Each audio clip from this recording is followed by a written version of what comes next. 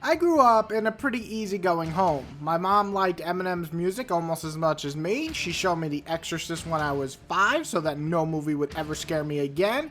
And she also let me stay up to 2, 3 in the morning when I was 8 years old. So yeah, this list wasn't really the easiest to put together because I got to play whatever I wanted. However, growing up, controversy took over some of these games that I am going to talk about today and made parents question what their kids should be playing. So, these are the top 5 games that parents didn't want their kids playing.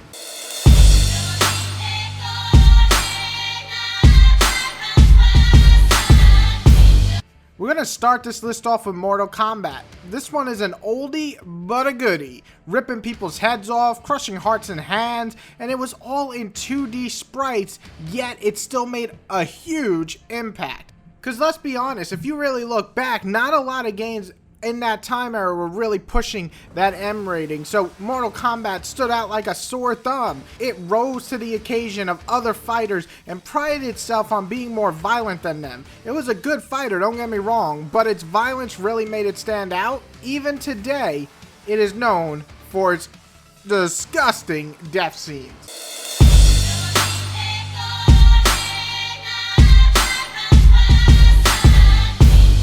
Coming in at number 4 is Conker's Bad Furry Frickin' Day. That's not the whole title, it's just Bad Furry Day. Anyway, the only reason this game became a hit was because it looked like a very, very kiddie game. And then it dropped a lot of adult dialogue, cursing, death, shit, all in one game that looked to be aimed for the 10-year-olds. It was on N64 as well, so that was another reason for parents to be like, no, little Charlie, you cannot play this game. I don't know why I chose Charlie. Anyway, you have to understand that when this game came out, parents were upset because you're aiming and you're looking like a child's game. And then when you play it and you hear the shit word a few times, you know, this ain't for little Charlie.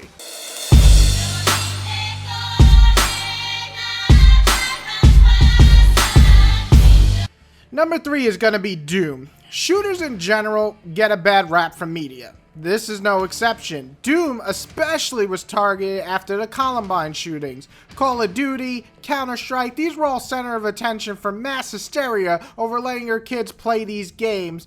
But I believe Doom started the big wave. The thing that changed everything, that the media took hold of video games and basically said they're demonic. And yes, Doom was labeled as a demon or satanic type of game.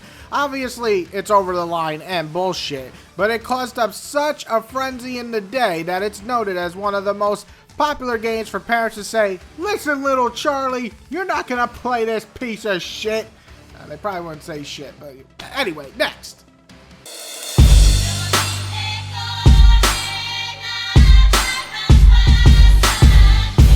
Listen, Grand Theft Auto. This was a close one because this was going to come in at number 1, but I got even a bigger game than that. Grand Theft Auto was a huge target for parents after Grand Theft Auto 3 arrived. You can beat up hookers, you can steal cars, you can run over people or beat them with a bat. This was something every media outlet loved to write about because guess what? It got 1 million of views. From the sex glitch in San Andreas to even today, some of the nasty cutscenes still in the present Grand Theft Auto games, it's always in the headlines, and not just for making money. And parents hate it more and more with every release that comes out.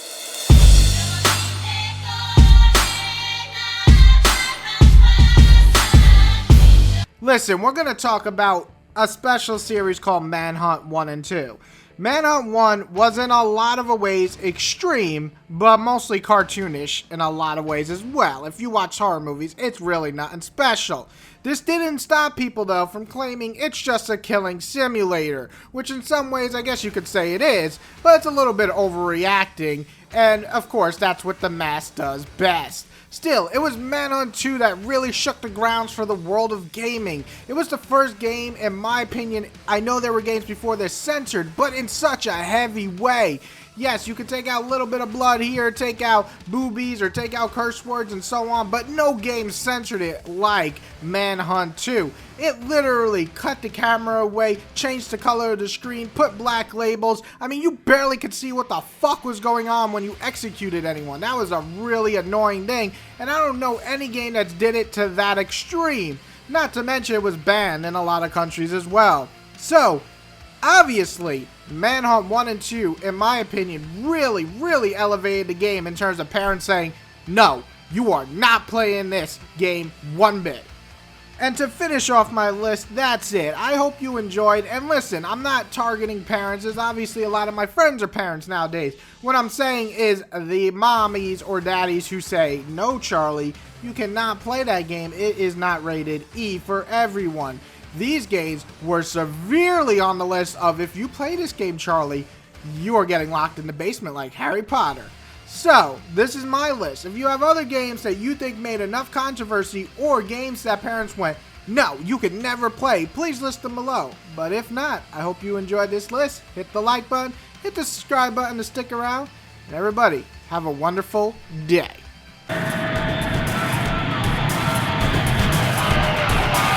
We'll make it!